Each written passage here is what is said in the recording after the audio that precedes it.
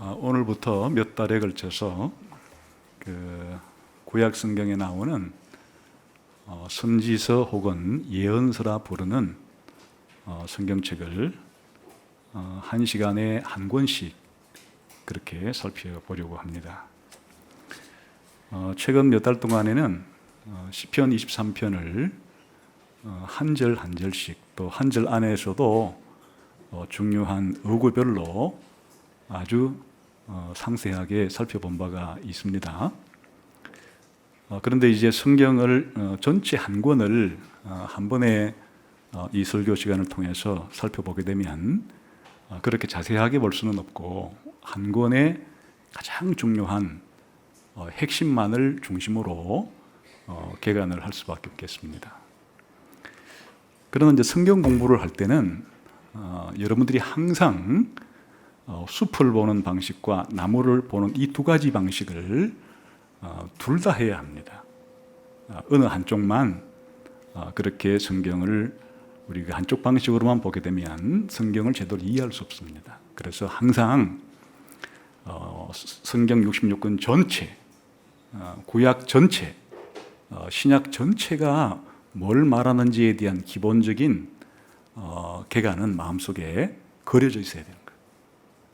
또 성경 한 권 한 권을 그 성경 한 권 한 권이 어떤 구조로 되어 있고 무슨 주제가 핵심인지에 대한 것도 전체를 마음속에 잘 마음의 방속에다가 간직해둬야 되는 거예요. 그리고 귀에 있을 때 한 권 한 권을 또 절별로 궁금한 것들이 사라질 때까지 자세하게 공부하는 이 두 가지가 항상 있어야 되는 거예요. 그래서 이제 앞으로 한 몇 달 동안에는 이 구약 성경의 예언서들을 개관하는 방식으로 살펴볼 텐데 여러분들이 좀 해야 할 일이 있어요. 지난번에도 우리가 모세 오경도 그렇게 했고 또 역사서도 그렇게 했고 시가서도 그렇게 했는데 우리 장년부 여성도님들하고 언젠가 한번 이렇게 대화를 나눌 기회가 있었는데 이 개관 설교를 할 때 예습하는 분이 있고 복습하는 분이 있더라고요. 근데 예습하는 분은 어떻게 예습을 하는가 하니까 이런 이제 개관에 대해서 해놓은 그 책들이 있는데 여러분들이 가지고 있는 그 스터디 바이블 종류가 뭐든지 간에 그 스터디 바이블에는 한 권의 성경이 시작되기 전에 항상 그 개관이 있어요. 자기가 가지고 있는 걸로 한번 읽고 그렇게 오면은 그런 그 스터디 바이블에 있는 개관이었건 아니면 이제 구약 개론, 신약 개론 같은 그런 신학 책들 속에도 그게 있는데 하여튼 뭐가 됐든지 간에 자기가 가지고 있는 것이 한 종류 이상은 돼야 되겠죠. 근데 그거를 이제 읽고 오면은 거기는 좀 이제 자세하게 써져 있으니까 감을 잡고 설교 시간에는 시간이 제한되어 있기 때문에 상세하게 개관할 수는 없고 좀 핵심적인 것들을 다루려고 하므로 미리 그렇게 한번 읽어오면 큰 도움이 되는 거예요. 어떤 분들은 이제 미처 그렇게는 못했지만은 설교를 먼저 듣고 나게 되면 그 성경책을 읽고 싶은 이 동기부여가 막 되기 때문에 그럴 때 이제 이 설교를 듣고 가서 다시 한번 동영상으로 올려져 있는 이런 설교를 한참 듣거나 그런 개론서들을 읽음으로써 복습을 하고 그렇게 해야 이 공부가 되는 거예요. 물론 이제 제일 좋은 거는 이렇게 예습만 하거나 복습만 하기보다도 예습도 하고 복습도 하는 사람이 있다 그러면 복을 받을지어다. 그건 복 받는 거죠. 그 성경 말씀을 그렇게 예습도 하고 설교도 듣고 복습도 하게 되면 아주 선명하게 이 세상에 있는 책 가운데 가장 중요한 책인 성경에 대한 진리를 가슴에 잘 새길 수가 있으니까 좋은 것이겠죠. 물론 여러 가지 형편상 그리 할 수 없으면 이 설교 시간에 잘 듣고 귀에 있을 때 그리 해보기를 바랍니다. 이제 이사야부터 시작을 하게 될 텐데 이사야부터 말라기서까지 17권이에요. 근데 이 17권의 성경책이 그 이전에 있었던 욥기, 시편, 잠언, 전도, 아가서와 같은 그런 책과는 성격이 완전히 달라요.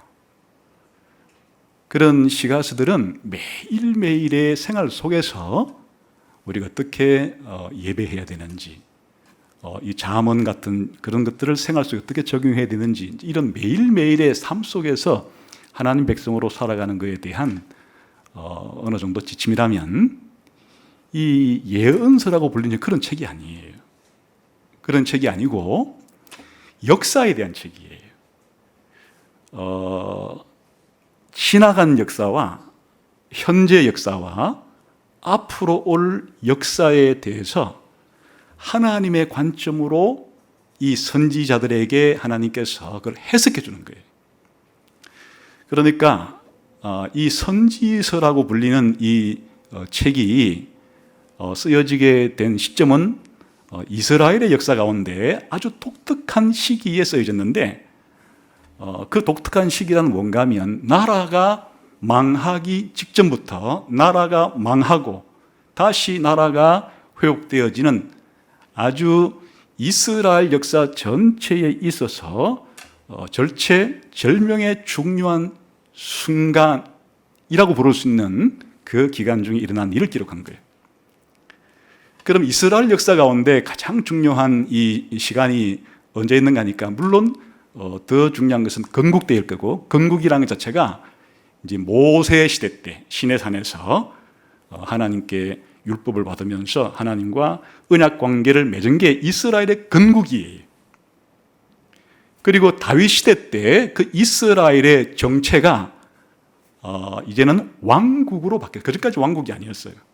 그러니까 이제 정체가 12지파 어찌 보면 연맹체로부터 이제 왕국이라고 하는 정치 체제로 바뀌었으니까 왕국의 시작이 되었어요.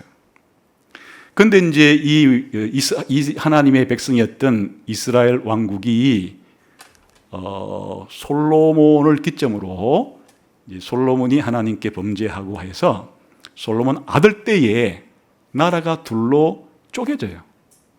그 하나의 통일된 왕국이 남북으로 우리나라처럼 현재 분단이 되어버렸어요. 그래서 이스라엘이라고 하는 하나님의 백성이 북쪽에는 이스라엘이라고 하는 왕국이 생겨났고 남쪽에는 유다라고 하는 왕국으로 분열이 된 거예요. 그게 대충 한 예수님 오시기 전 한 10세기 때쯤. 그런데 나라라고 하는 것은 건국이 될 때도 있고 나라가 흥왕해질 때도 있지만은 나라가 약해지거나 나라가 망하기도 하는 거예요. 그렇게 나라라는 것이 한 번 세워지기만 하면 천년, 만년 가는 게 아니고 한 개인이 태어나서 죽는 시간이 있는 것처럼 한 나라라고 하는 이 집단도 세워질 때가 있고 망해서 없어질 때가 있어요. 새로운 나라가 들어서는 것이에요. 그런데 이 선지서라고 불리는 이 성경책들은 그러면 언제 쓰여졌는가 하니까 남북으로 분열된 이스라엘 역사 가운데 북쪽 이스라엘 나라가 먼저 망해요. 주전 722년경쯤 당대 중동 지방의 강대국이었던 아시리아라고 하는 나라에 의해서 북쪽 이스라엘이 망해버려요. 그렇게 국민들은 완전히 뿌리 뽑혀가지고 그 아수르 제국 전역으로 흩어져 버리고 아수르 제국에 있는 다른 사람들이 북쪽 이스라엘 들어와 살아버리고 나라가 없어져 버린 거예요. 주전 722년경에. 그리고 한 150년쯤 지나가지고 남아있던 남쪽 유다 왕국도 또 다른 뒤이어 일어난 바벨론 제국에 의해서 주전 587년경에 나라가 망해버려요. 나라의 지도층들은 전부 다 바벨론 제국으로 끌려가 버리고 아주 힘없는 하층민들만 유다 땅에 잔존해 있고 나라가 그렇게 주권을 잃어버리고 망해버렸어요. 그러니까 이스라엘 역사 가운데 모세 이래로 최고의 중요한 시간이 언젠가니까 이 나라가 망해버린 주전 587년경에 나라가 망해버린 이때가 아주 중요한 역사적인 시기죠. 그래서 이 선지서라고 하는 것은 그 선지자들이 언제 하나님께 부름받는가 하니까 북쪽 이스라엘 왕국이 멸망하기 한 몇십 년 전부터 하나님은 일단의 선지자들을 세워서 앞으로 북이스라엘이 어떻게 될 거다, 어떻게 망할 거다, 그리고 남쪽 유다 왕국이 이러한 이유 때문에 망할 거다, 그리고 망했을 때 그대로 가는 것은 아니고 내가 다시 회복시켜 줄 때가 있을 거다, 이런 식으로 이 북이스라엘과 남유다 왕국이 망하기 직전에 부름을 받아서 이스라엘 사람들에게 바로 하나님께서 너희들의 과거와 너희들의 현재와 너희들의 미래에 일어날 일들이 이러할 것이다 하고 그렇게 예언, 달리 말하면 오늘날로 말하면 설교했던 내용들을 모아놓은 것이 바로 이 예언서예요. 그러니까 이제 이 예언서의 모든 내용들은 중심이 어딘가니까 남유다 왕국이 바벨론의 포로가 된 그를 중심으로 바벨론 포로 이전에 하나님께로 예언자로 부름받아서 사역을 하고 기록한 예언서와 바벨론 포로 기간 중에 하나님께 부름을 받아서 바벨론 포로 잡혀 있는 사람들에게 예언을 하고 그걸 기록해 놓은 예언서와 바벨론 포로 이후에 전부는 아니지만 일단의 사람들을 다시금 고국으로 회복시켜 준 일이 있는데 그 기간 동안에 선지자로 부름받아서 설교하고 그걸 기록해 놓은 포로 이후에 기록된 선지서와 그러니까 이 선지서는 전부 다 나라가 망한 걸 기점으로 망하기 직전 망해 있는 동안에 그리고 일부가 다시금 회복되는 기간 동안에 요 기간이니까 거의 300년이에요. 주전 8세기부터 주전 5세기까지 약 300년 동안의 이스라엘의 격동의 시기, 이스라엘 아브라함부터 예수님 올 때까지가 2000년의 역사인데 2000년의 역사 가운데 이스라엘이 가장 국제 정치 환경 가운데서 요동치는 격동의 시기 동안에 하나님께서 이스라엘과 그 당시 세계에 대한 하나님의 계획과 하나님의 뜻과 이런 것들을 그렇게 계시해주고 다시 말하면 설교하게 하고 그거를 기록해 놓은 것이 이 예언서라는 책이에요. 아주 독특한 책이에요. 그래서 이제 지금은 시간이 벌써 예언서들이 기록된 때로 우리는 지금 몇 년 뒤에 지금 우리가 이걸 보고 있는 거예요? 최소 2800년부터 2500년 사이가 지난 이후에 오늘 또 중동 지방도 아니고 동북아시아에 살고 있는 우리들로서는 이 예언서와의 시간적인 간격과 공간적인 간격이 참 많이 있죠. 그러면 이제 오늘날에는 예언서를 볼 때 아까 예언서 속에 담겨 있는 것들이 이스라엘 역사 가운데 과거에 일어난 일에 대한 해석도 있고 예언자들이 쓰던 설교하던 예언하던 시대의 환경에 대한 이야기도 있고 또 예언자들이 살았던 시기로 볼 때는 미래 얘기인데 그 미래는 이스라엘이 망하거나 유다가 망할 때도 미래 얘기예요. 또 망하고 난 다음에 다시 고국으로 남유다 왕국 사람들이 고토로 돌아오는 것도 먼 미래 일이에요. 더 먼 미래 일은 하나님이 보내주는 예수님이 오실 일도 미래예요. 그리고 오늘 저와 여러분처럼 예수님 믿는 교회가 생기는 일도 더 먼 미래예요. 더 나아가서 예수님이 재림하고 이 세상 자체가 종말을 맞이하면서 영원한 천국과 지옥이 세워지는 그건 아주 먼 최후의 미래에 대한 이야기가 전부 예언서 속에 있는 거예요. 그러니까 이제 오늘날 우리가 예언서를 읽을 때는 이것 자체가 그때는 미래의 일이었지만 이제는 과거의 일이 된 게 많아요. 뭐는 과거의 일이 되어버렸을까요? 이런 이스라엘 왕국이 망하고 유대 왕국이 망한 건 이미 과거의 일이 되어버렸어요. 그 이후에 바벨론 포로 이후에 잠시 고국으로 돌아온 일도 이미 과거의 일이 되어버렸어요. 예수님이 오신 일도 이미 과거의 일이 되어버렸어요. 그리고 우리 교회가 생활하는 것은 현재 진행형의 일이고 앞으로 예수님이 다시 오셔서 세울 그 최종적인 미래는 아직까지도 예언서 2800년 전에, 2700년 전에, 2500년 전에 쓰여졌지만 아직도 안 이루어진 이야기도 이 속에는 있는 것이고, 그러니까 한마디로 말하면 역사의 과거와 현재와 미래에 대해서 어떤 사건이 있는데 그 사건에 대한 해석은 자신이 가지고 있는 역사관에 따라서 다 해석이 달라지는데, 이 예언서에 담겨 있는 이 해석은 누가 한 해석이에요? 역사에 대한? 하나님의 해석이. 하나님이 이스라엘과 나머지 나라들, 그리고 예언된 예수님과 교회가 지금 살아가고 있는 이 시대에 대한 하나님의 해석이 담겨 있는 그런 역사책이라고 생각하면 된다. 그것이 오늘날 우리에게 적용이 되고 또 앞으로 일어날 일들도 물론 이 속에는 담겨 있다. 그러니까 이게 먼 과거의 일만 아니에요. 오늘날에도 우리와 연관성이 있는, 살아있는 그런 책이기도 한 것이에요.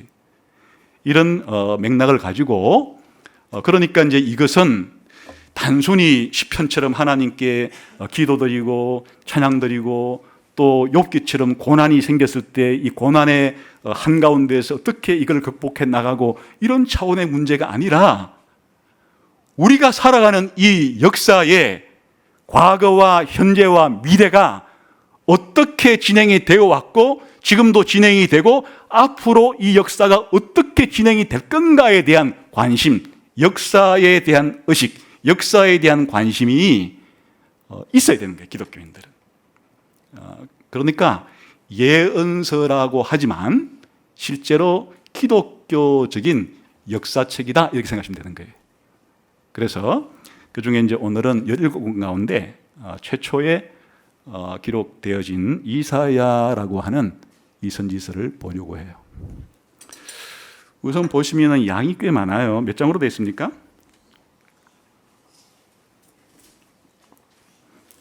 한번 넘겨봐요. 몇 장으로 되어 있어요? 66장. 그러니까 상당히 길어요. 어떤 그 소선지서들은 3장짜리도 있고 1장짜리도 있고, 그런데 이 이사야서는 66장으로 된 아주 긴 예언서예요. 그래서 이제 주로 이 성경을 편집할 때 내용이 많은 것부터 앞으로 모으고 내용이 짧은 것은 뒤로 모았어요. 그래서 대선지서라고 하는 것은 예언서 분량이 많은, 쉽게 말하면 분량이 많은 예언서를 대예언서라 부르고, 분량이 적은 예언서를 소예언서라 부르는데, 분량이 많은 것 가운데서도 지금 제일 앞자리에 온 게 이사야예요. 그래, 이사야서는 사실 이 이사야 선지자 자체가 선지자의 왕이라 이렇게 불러도 좋고, 또 이사야서라고 하는 이 예언서 자체가 선지서의 왕이라고 부를 수도 있어요. 왜 그런가 하니까 분량 면에서, 양적인 면에서, 그리고 질적인 면에서 이 나머지 예언서보다도 더 풍부해요. 우선 분량으로 볼 때 압도적으로 많죠. 66장으로 되어진 가장 긴 예언서에 해당이 되고, 내용만 많다고 길다고만 좋은 건 아니에요. 이제 이 긴 66권 속에서 내용이 아주 중요한 주제가 빠짐없이 다 들어있어요. 그러니까 나머지 예언서들에 있는 모든 내용 가운데 거의 빠진 내용이 없을 정도로 이 한 권 안에 다루는 주제가 다 들어가 있어요. 예언서만이 아니라 나머지 모세오경부터 말라기서까지의 전체 성경에 기록된 내용을 압축했다고 해도 좋을 정도로 이사야서는 그 주제에 있어서 아주 넓고 방대한 주제가 다 들어있기 때문에, 그래서 이 분량면에서 아주 뛰어난 예언서라고 부를 수가 있는 것이에요. 그래서 이제 우리들은 별명으로 이사야서를 그냥 작은 성경이다, 이렇게도 부를 수가 있어요. 실제로 이제 이사야서를 기억하기 좋은 것은 이사야서 자체가 66장이라 그랬죠? 근데 성경 전체는 몇 권이에요? 66권이어서 기억하기 일단 좋아요. 그 이사야서는 성경 전체 권수와 맞먹는 장수를 가지고 있다. 근데 더 놀라운 것은 66권의 성경책을 우리가 둘로 나눌 때 앞에 있는 39권을 뭐라 부르죠? 구약이라 부르고 뒤에 있는 27권을 신약이라 부르는데, 이사야서도 딱 66권을 둘로 딱 나누면 어디서 나누어지는가 하니까 딱 39장까지가 한 부분이고 나머지 40장부터가 한 부분인데, 공교롭게도 앞에 39장은 마치 구약을 요약해 놓은 듯한, 뒤에 나오는 후반부는 신약을 요약해 놓은 듯한 전개가 이루어져요. 그래서 이제 실제로 신약 시대가 처음 시작될 때 예수님이 오시기 전에 누가 나와요? 세례 요한이라는 사람부터 신약 성경은 기록을 하는데, 이사야 40장부터가 세례 요한의 부름받는 장면부터 시작이 되어서 이사야서의 제일 끝에는 새하늘과 새 땅으로 끝을 맺어요. 그리고 이사야서 1장 자체 1장 2절에 하늘과 땅에 대한 이야기, 하늘이여 들어라, 땅이여 들어라, 하늘과 땅에 대한 이야기부터 해서 이사야서 마지막에 새하늘과 새 땅에 대한 이야기로 끝을 맺어요. 그러니까 이사야라고 하는 이 성경책 자체가 그냥 성경 전체의 요약 같은 성격을 가지고 있으면서도 공교롭게 성경 전체의 주제를 잘 드러내어주는 그런 특징이 있기 때문에 작은 성경이라 불러도 손색이 없을 정도로 이렇게 내용이 아주 풍부한 예언서가 이사야서라는 거예요. 그래서 이 이사야서는 일단 내용적인 면에서, 분량 면에서 내용도 많고 그 내용에 다룬 주제도 풍부하기 때문에 다른 선지서보다는 훨씬 더 선지서의 왕이라고 부를 정도의 가치가 있다, 그런 거고, 또 글을 쓸 때 문체가 간결체도 있고 만연체도 있고, 하여튼 뭐 문체라는 자체가 이제 같은 내용이라도 어떤 문체에 담느냐에 따라서 맛이 달라지는데, 이사야서의 문체는 장엄하고 화려하고 그리고 웅장해요. 그래, 이 문체적인 면에서도 아주 뛰어난 걸작에 속하는 그런 성경이에요. 그리고 영향을 미치게, 책이라는 것 자체가 기록이 되게 되면 사람들에게 영향을 미치는 거예요. 그러니까 어떤 사람들은 한 권의 책을 읽고서 그 한 권의 책을 잘 소화해서 자기 인생의 전환점이 이루어지는 그런 책도 있을 수가 있는 것이에요. 그런 면에서 이 선지서 전체 가운데 이사야서는 신약 성경을 기록한 사도들에게, 신약 성경의 기록자에게 가장 큰 영향을 미쳐요. 그래서 이제 이 신약 성경의 저자들이 성경을 기록할 때 구약에서 많은 인용들과 직접 인용, 간접 인용을 해오는데 선지서 가운데 가장 많은 인용을 해오는 것이 이사야예요. 그 성경 전체로 보더라도 신명기와 시편과 더불어서 이사야는 신약 성경의 저자들이 가장 많이 인용해오는 그럴 정도로 내용이 신약 성경의 기자들에게 영향을 미쳤다. 특별히 무슨 내용이 많이 들어있는가 하니까 오실 예수님에 대한 예언이 이사야는 참 많이 들어가 있어요. 그래서 학자들은 사복음서에 이어서 이사야서를 제5복음서라고 별명을 붙였어요. 다시 말하면 이사야서 안에 신약 성경의 마태, 마가, 누가, 요한복음에 나오는 그 예수님에 대한 중요한 이야기들이 예언 형식으로 이사야에 많이 들어있기 때문에 그냥 이사야서만 잘 읽어도 오신 예수님은 아니지만 앞으로 오실 예수님에 대한 골자들이 이사야서에 거의 많이 들어있기 때문에 제5복음서라 부르기도 한다. 그래, 이렇게 서론을 좀 길게 설명을 드린 이유가 뭐 하자는 얘기예요 지금? 읽자는 얘기죠. 읽어서 자기 것으로 소화를 잘 시켜서 이사야 한 것만 깊이 잘 이해해도 우리의 신앙의 지평이 많이 넓어지고, 그리고 세계관과 역사관에 대한 많은 바른 지식을 세울 수가 있다, 그런 뜻이. 그러면 남은 시간 동안에는 이사야의 구조와 이 주제를 중심으로 핵심을 살펴보겠습니다. 우선 이제 어떠한 한 권의 책을 읽을 때 그 책을 잘 이해하려고 하면 구조가 분명해지지 않으면 아직 이해가 안 된 거예요. 그 이사야서의 구조가 어떻게 짜여졌는지가 이해가 안 된 것은 아직 그 내용에 이해가 안 됐다는 뜻이. 그 구조가 분명하게 파악이 되어야 이사야라고 하는 이 예언서의 주제가 무엇인지를 파악할 수 있는 것이. 그래서 이사야서를 이해할 때 어떤 뼈대, 어떤 구조 속에 무슨 내용이 핵심적으로 담겨 있는가 하는 것을 아는 것은 굉장히 중요한 문제예요. 그런데 이제 그러면 이사야서의 구조가 뭐냐라고 할 때 이사야서를 연구하는 지금까지 많은 수많은 연구자들이 있었는데 그 구조에 대한 이해가 똑같지는 않아요. 다시 말해 성경에 대한 이해만큼 구조는 달라지는 것이에요. 그래서 이사야의 구조를 두 부분으로 나누는 사람도 있고, 세 부분으로 나누는 사람도 있고, 네 부분으로 나누는 사람도 있고, 5부분, 6부분, 7부분, 8부분, 그리고 8부분 이상으로 나누는 사람들도 있는데, 각각 이사야를 읽었을 때 자기 눈에 비친 것이 그렇게 구조가 보였기 때문에 그런 거예요. 그게 어느 것이 맞고 어느 것이 틀리다 보다도 자기 이해한 수준만큼 그렇게 구조를 분석했는데, 이제 구조가 분석이 되면 사실은 핵심 주제에 대한 이해는 조금씩 달라지게 되는 거예요.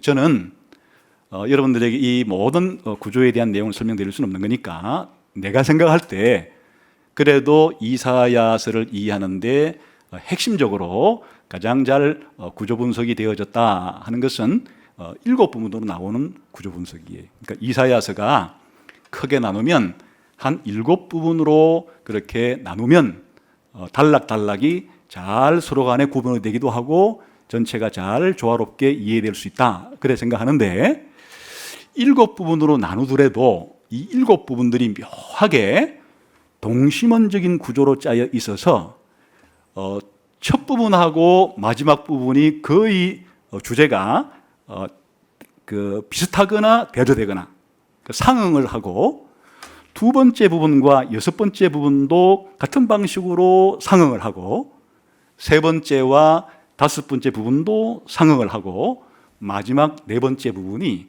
이사야 전체의 핵심이다. 그래서 7부분은 7부분인데 마치 이 7부분이 동심원적인 구조로 그렇게 짜여져 있다라고 생각하는 쪽에 저는 구조 분석을 하고 있어요. 그래서 이것이 오늘 이 시간을 통해 설명을 드리려고 하는 구조인데, 그러면 이런 구조를 뭐라 그러는가 하니까 동심원적 구조라 부르기도 하고 교차 대칭 구조라고 부르기도 하는데, 이런 구조에 있어서 제일 그러면 중요한 내용은 어디 있겠어요? 첫 번째와 7번째가 상응하고, 두 번째와 여섯 번째가 그 안쪽에 상응하고, 더 안쪽에서 세 번째와 다섯 번째가 상응하고, 하나 딱 남는 게 있죠? 그게 핵심이에요. 그걸 중심으로 퍼져나가는 것이에요. 그래서 한번 이렇게 분류를 해보면, 여러분 읽을 때 어떻게 하면 좋은가 하니까, 제일 첫 번째 부분은 1장부터 12장까지예요. 1장부터 12장까지인데 전체적으로 다루고 있는 주제는 이스라엘에 대한 심판과 회복에 대한 내용을 다루고 있어요. 그 죄에 대해서는 심판을 선고하고 또 회복을 이야기하고, 기본 핵심이 그렇다는 거예요. 그 다음에 두 번째 단락에서는 13장부터 27장 주제가 완전히 바뀌어요.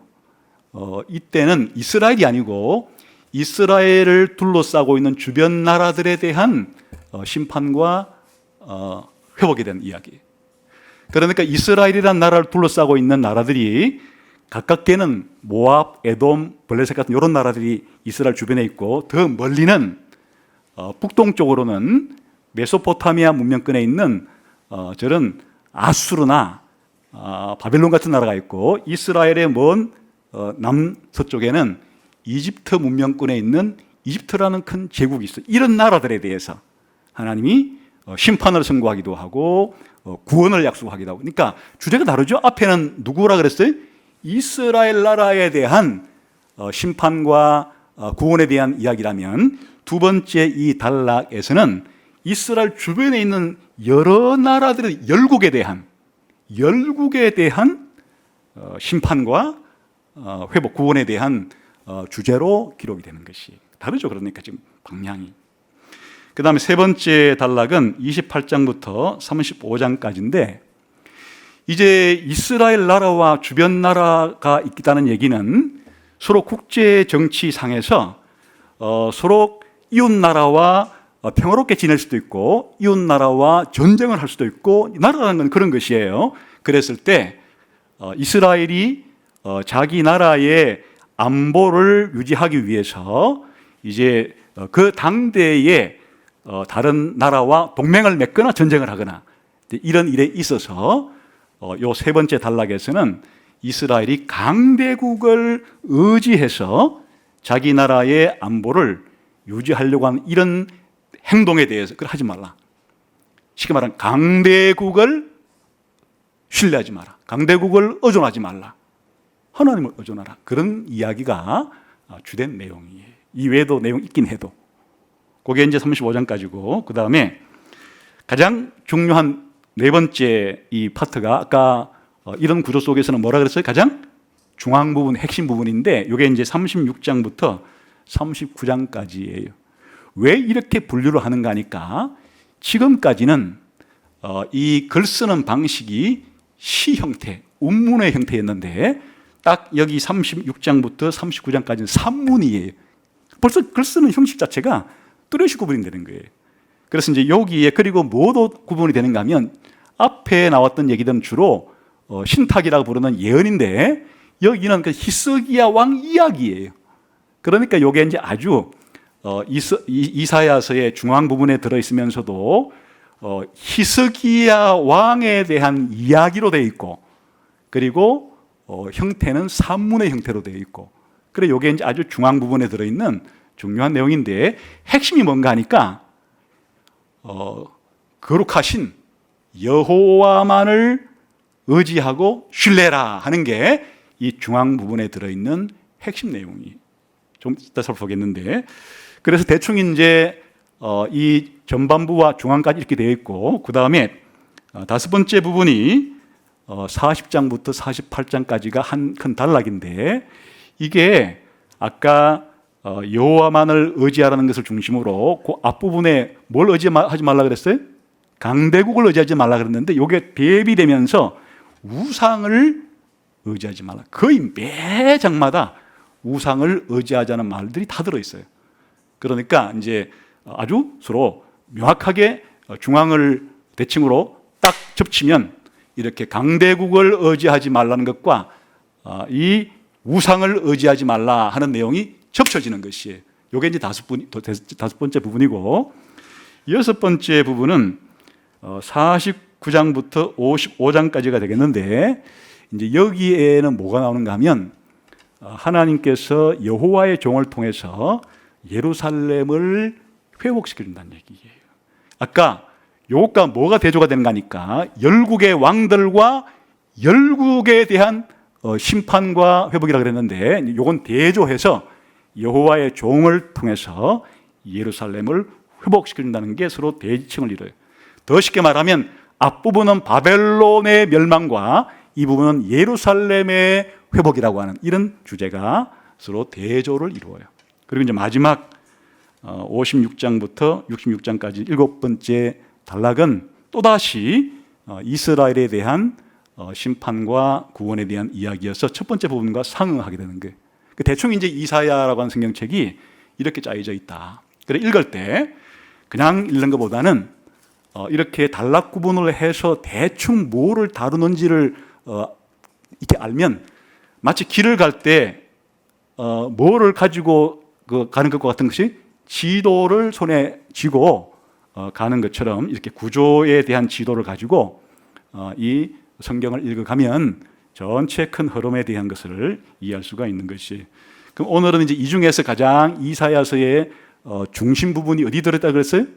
그 중앙 부분에 있으니까 그 부분을 중심으로 이해하면 이사야서의 메시지가 뭐를 말하는지에 대한 핵심을 알 수가 있어요. 한번 그 중앙 부분에 36장부터 39장인데 다 읽을 수는 없고 이 중에서도 가장 알맹이에 해당되는 중앙에 해당되는 37장 14절부터 20절을 봅시다. 37장 14절부터 읽어봅시다. 시작. 히스기야가 그 사자들의 손에서 글을 받아보고 여호와의 전에 올라가서 그 글을 여호와 앞에 펴놓고 이게 무슨 얘기인가 하니까 36장에 아수르라고 하는 나라가 유대로 쳐들어와요. 이 아수르는 이전에 뭘 했는가 하니까 형제의 나라라고 할 수 있는 북쪽 이스라엘을 주전 722년경에 멸망시킨 나라예요. 그런데 한 20년쯤 지나가지고 주전 701년쯤 이제 남쪽 유다로 쳐들어온 것이에요. 그러니까 이미 아수르라는 제국에 의해서 북이스라엘도 망해버렸는데 지금 히스기야가 다스리던 이 시대에 아수르가 쳐들어왔는데 여기서 잘못되면 유다 나라도 망해버릴 수밖에 없는 절체절명의 위기의 순간을 맞이한, 그게 이제 36장부터 이 앞부분까지 이야기인데, 아수르의 왕이 뭐라고 말하는가 하니까 너희들이 믿는 여호와는 아무 힘도 없으니까 여호와 믿지 마라. 여호와 믿지 말고 여호와를 버리고 우리가 믿는 신을 섬기고 우리한테 굴복해라, 항복해라. 그러면 너희들을 잘 대해주겠다. 항복을 권유하는 그런 문서를 보내온 거예요. 지금 히스기야가 국력으로 볼 때는 아수르는 대제국이고 이스라엘은 조그마한 약소국이에요. 근데 대제국이 군대를 끌고 지금 쳐들어와서 만일 항복을 안 하게 되면 나라가 망할 수도 있는 형편이고, 그렇다고 항복하면 어떻게 되는 것이에요? 자신들이 믿고 있는, 자신들과 계약관계를 맺은 여호와를 버려야 되는, 그러니까 이런 위기의 순간에, 이 선택의 순간에 히스기야가 어떻게 했냐 하는 것인데, 당연히 하나님은 자신의 백성인 히스기야와 그리고 유다 백성에게 뭐라고 말하겠어요? 아수르한테 항복을 하고 나를 버려라, 이렇게 하지 않겠죠? 하나님께서 아수르의 협박에 겁먹지 말고 나만 믿어라, 이게 하나님의 마음일 텐데, 그래서 이제 히스기야가 아수르에게 항복을 하는 대신에 하나님을 붙잡기로, 하나님을 의지하고 신뢰하기로 결단을 내려요. 그리고 하나님께 지금 기도하는 장면이에요.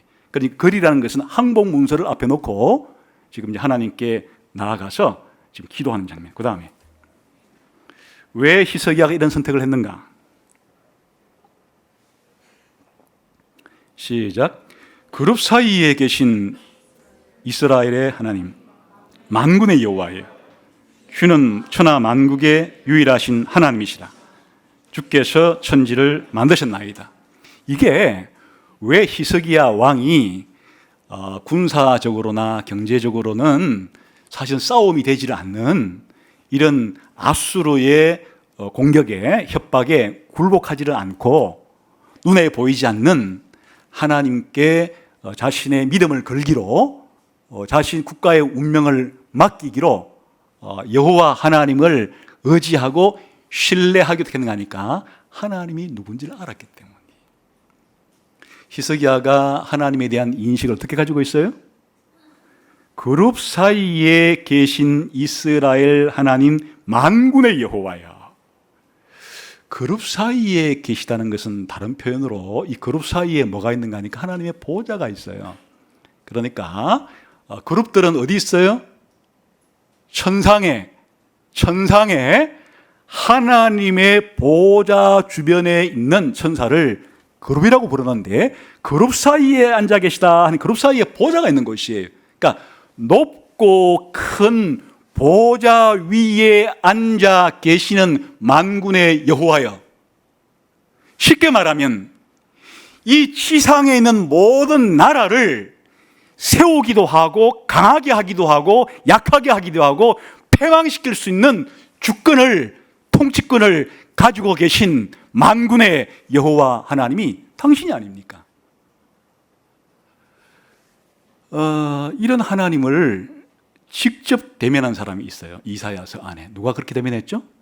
이사야 선지자가 하나님께 선지자로 부름을 받을 때 성전에서 환상을 보게 되는데, 크고 높은 보좌 위에 앉아 계신 분을 보는데, 그 보좌 위에 앉아 계신 분의 주변에서 서랍들이, 또 다른 말로 말하면 그룹들이 거룩하다 만군의 여호와여라고 보좌에 앉아 계신 그룹 사이에 좌정하고 계신 분에게 거룩하다 삼중 거룩송을 부르고 있는 그 장면을 이사야가 체험을 하게 돼요. 여러분, 기독교인과 비기독교인, 구약시대로 말하면 이스라엘 백성과 이스라엘 백성이 아닌 나라 사이에 가장 큰 차이가 뭔가 하니까 하나님에 대한 인식이에요. 하나님에 대한 생각이 달라요. 세계관, 인간관, 역사관, 이 모든 것도 다르지만 그 뿌리가 뭔가 하니까 하나님에 대한 생각이 달라요. 하나님에 대한 관점이 달라요. 어떻게 다른가 하면 지금 이사야라는 성경이 써있을 당시에는 무신론이라는 건 없었어요. 거의 무신론이라는 건 없었고 거의 다신교를 숭배하는, 우상을 숭배하는 문화가 올망졸망한 그런 신들을 섬기는 게 그 당시의 문화예요. 근데 이 신들은, 어떤 신들은 공기를 주는 것만 관장하고, 어떤 신들은 물만 관장하고, 어떤 신들은 산만 관장하고, 어떤 신들은 일반 평야만 관장하고, 이렇게 그들이 믿는 신이 온 세계의 모든 나라의 모든 사람을 그렇게 주관하는 신들은 없었어요. 이렇게 믿고 있던 시절에 하나님께서 이사야에게 자기를 계시해주고, 또 지금 히스기야 왕이 알고 있는 하나님은 그룹들 사이에 크고 높은 보좌 위에 계셔서 만군의 여호와, 거룩하신 여호와, 달리 말하면 온 세상을 창조하신 여호와 하나님을 알고 있었어요. 그래서 이 이사야서에서 하나님은 어떻게 불리는가 하니까 거룩하신 분, 거룩하신 이라고 25분이라 부르는데, 가장 그냥 하나님이 이사야서에서는 거룩하신 분으로 불려요. 그런데 거룩하신 분이라는 뭘 말하는가 하니까 이사야 선지자가 보았던 보좌에 앉아 계시는 그 하나님에 대한 묘사, 지금 히스기야가 신앙 고백하고 있는 그룹 사이에 자정해 계시는 그 만군의 여호와는 거룩한 분인데, 거룩하다는 말이 무슨 말인가 하면 보좌 위에 앉아 계신 하나님과 나머지 피조물은 완전히 하늘과 땅처럼 천지차이인 그런 하나님께서 모든 만물을 창조하시고 통치하시고 심판하시는 존재 자체가 하나님과 나머지 피조물들은 근본적으로 분리되고 차이가 난다고 하는 그런 뜻이 거룩하다는 말이에요.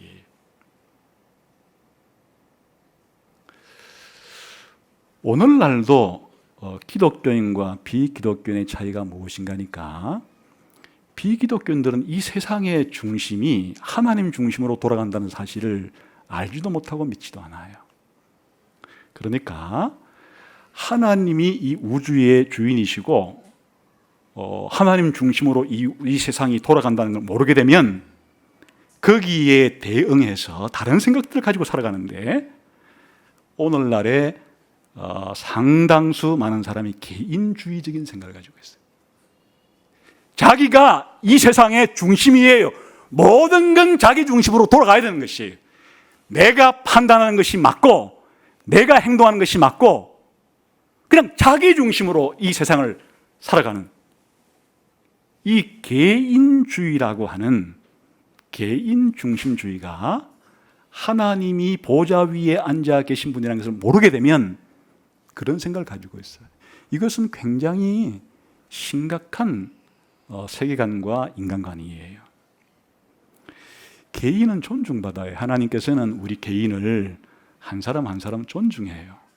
선택할 때도 한 사람 한 사람 따로 하는 것이고, 우리를 보호하고 인도할 때도 따로따로 다 하는 것이고, 그런 한 개인의 자유와 개인의 권리와 선택에 대해 하나님은 다 존중을 해 주시는데, 개인주의라고 하는 것은 개인이 이 세상의 중심이고 내가 이 우주의 중심이고 모든 건 나를 중심으로 다 평가되어야 되고 내 중심으로 세상은 굴러가야 된다고 하는, 자기를 신처럼 생각하고 있는 게 그 개인주의. 개인주의는 우상숭배고 그건 잘못된 것이에요.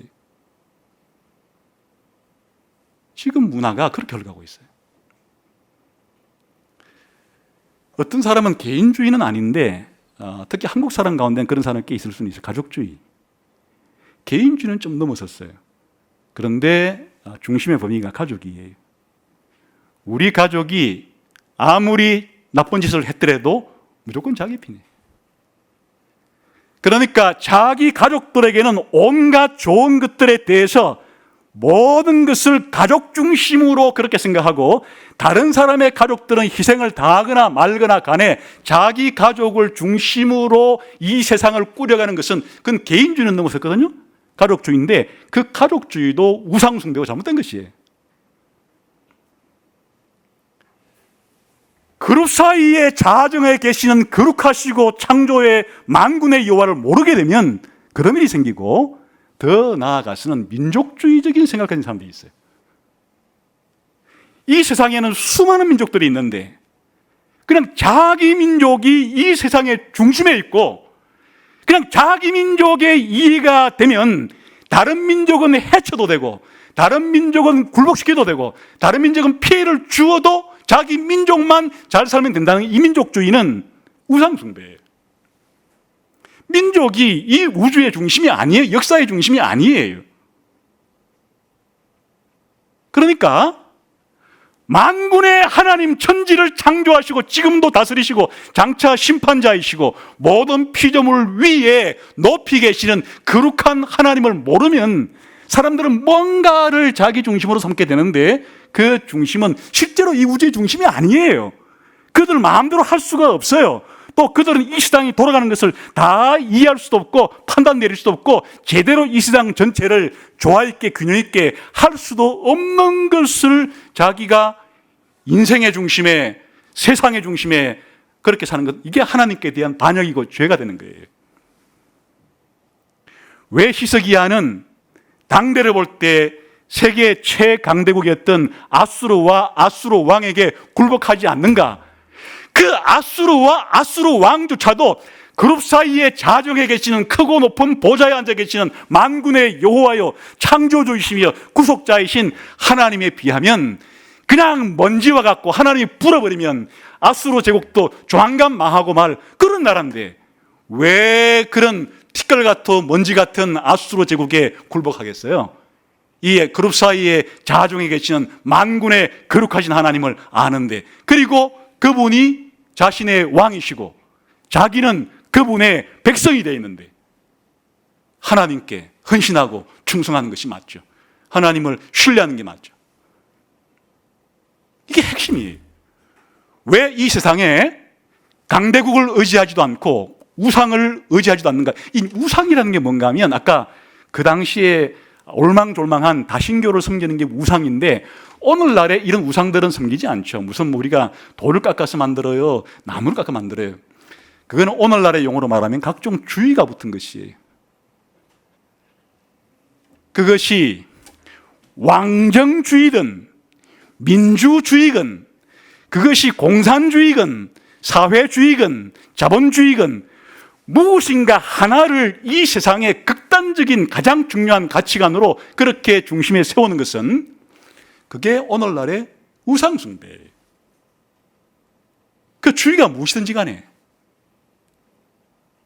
그게 세상의 중심이 될 수가 없어요. 세상의 한 부분에 제자리를 차지해야 될 자그마한 영역에 끼어 들어가야 될 영역은 맞으나, 어느 한 특정한 그런 사상과 주의에 자기 인생을 내걸고 목숨을 내거는 것은 하나님께 바쳐야 될 우리의 믿음과 신뢰와 헌신과 충성을 다른 대상에게 바꾸는 것 자체를 우상숭배라고 그러는 거예요.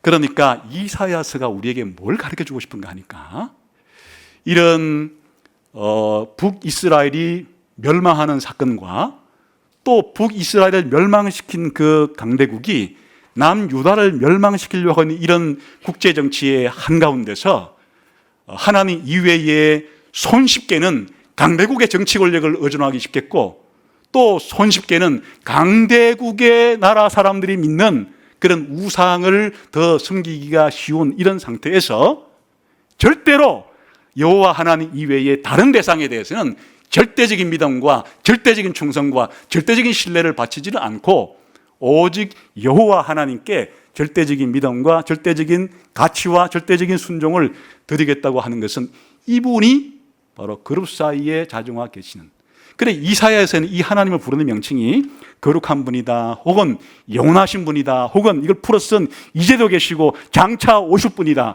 혹은 창조하시니, 그리고 구속주, 이렇게 부르는 하나님이 세상을 창조했고, 또 이사야에서 보게 되면 하나님은 일일이 개인을 주관하시고 한 그룹도 주관하시고 심지어 나라를 주관하시는데 이스라엘도 통치하실 분, 이스라엘만 아니라 이스라엘 주변에 있는 공식적으로 하나님을 믿지 않고 있는 우상을 섬기는 나라도 주관하시고, 그들의 현재를 주관할 뿐 아니라 그들의 미래도 주관하시고, 더 나아가서는 이렇게 이 나라를, 이 개인을 구원하기도 하시고 심판하기도 하시고, 그리고 더 나아가서는 하나님이 이런 과정을 하실 때 이 하늘과 땅과 바다와 이 천지 자연까지도 하나님은 동원해서 사용하기도 하시고, 그리고 장차 새하늘과 새 땅까지 만들 수 있는 분이 자신을 택해서 하나님 백성으로 만들었고, 그 하나님을 알기 때문에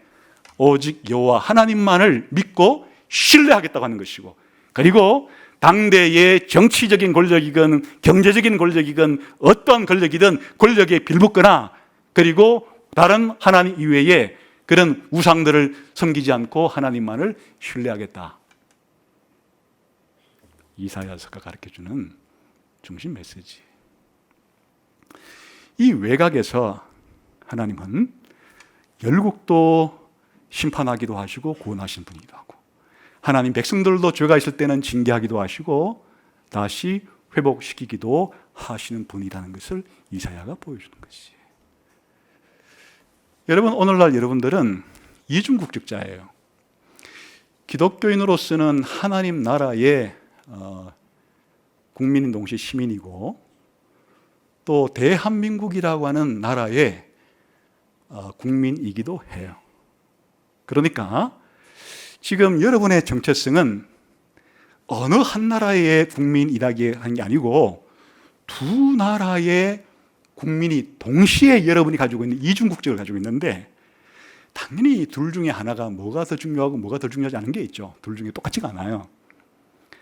여러분이 가지고 있는 대한민국의 이 시민권은 여러분이 죽기 전까지, 대한민국이 망하기 전까지 여러분이 가지고 있는 시민권이고, 하나님의 나라는 여러분이 망하지 않아요. 영생을 몸이 부활하고 영원히 살 것을 여러분들이 하나님이 약속했기 때문에 여러분도 영원하고 하나님 나라도 영원하니까 하나님 나라에 대한 국제권은, 이 시민권은 영원한 것이에요.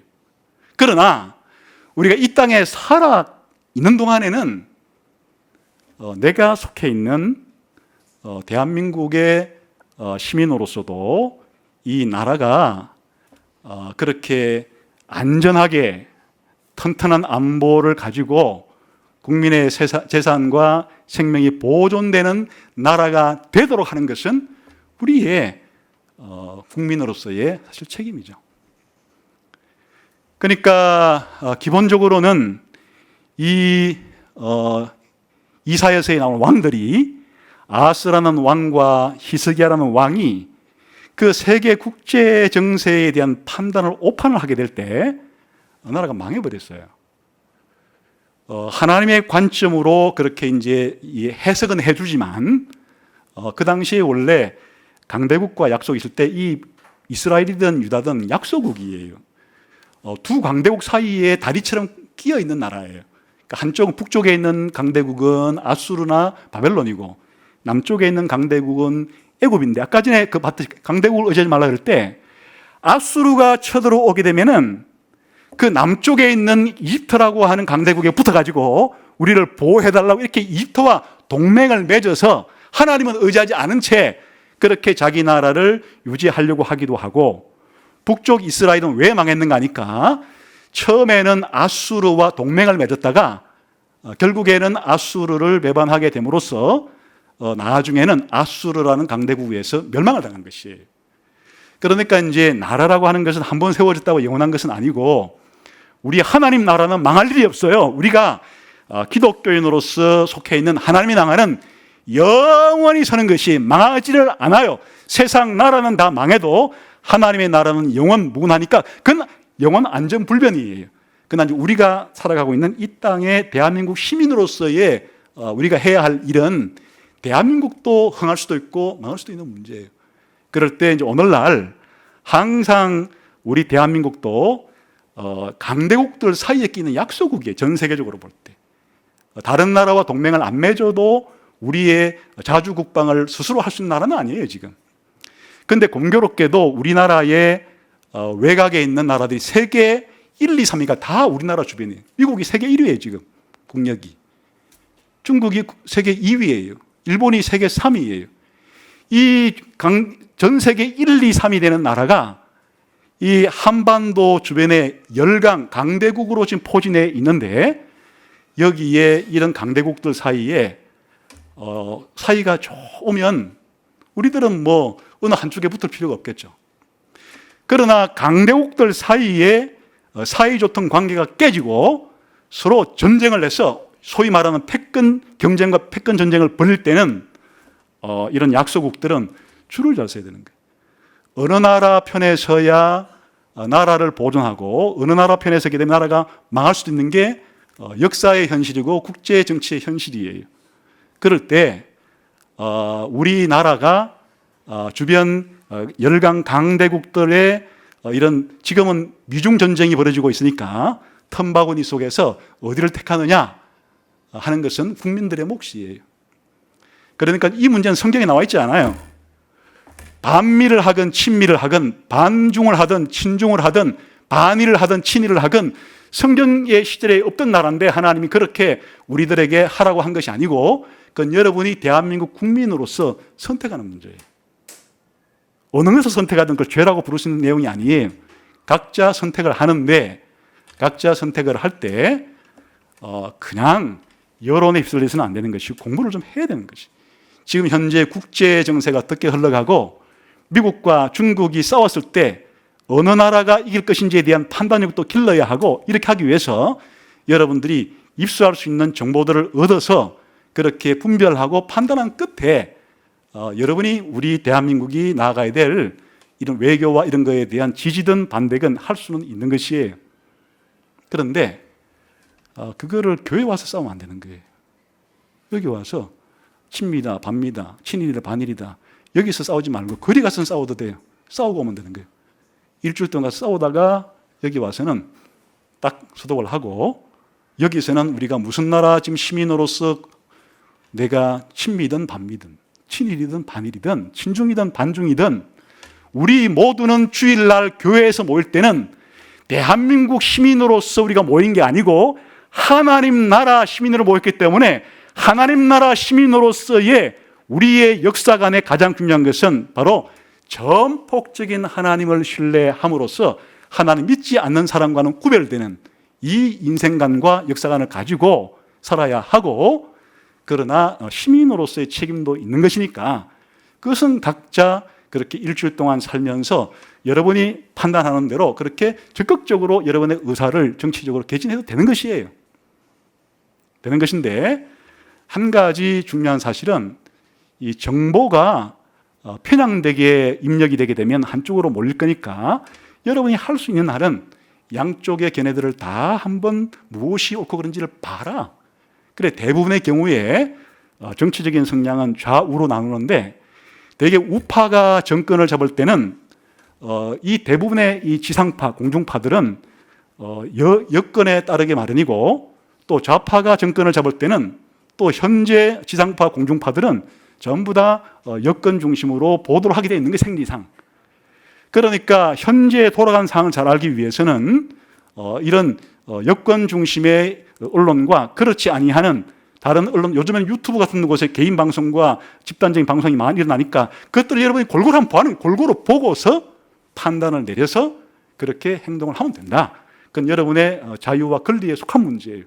그러나 그 문제를 교회까지 끄집어 와가지고 그렇게 가족 모임 하다가 한바탕 싸우고 이러면 안 된다. 여기서는 그런 얘기는 할 필요가 없고 그러나 바깥에 나가서 얼마든지 거리에 나가서 그렇게 해도 된다. 또 하는 것이 마땅하고 그런데 이사야서가 지금 주는 것은 뭔가니까 이게 내가 어느 쪽의 입장이건 기독교인이 다른 점이 뭔가니까 만군의 여호와가 이 세상과 우주와 역사와 개인과 집단과 나라의 왕이시고 주권자이시고 통치자라는 걸 확실히 안 상태에서 뭔가를 결정 내리고 판단할 때 그와 같은 우리 기독교인으로서의 그런 역사관과 세계관을 가지고 결정하고 행동하기 전에 하나님이 어떤 분인지에 대한 이사야를 통해서 보여주신 거룩하신 하나님에 대한 이해가 기초가 되어야 된다.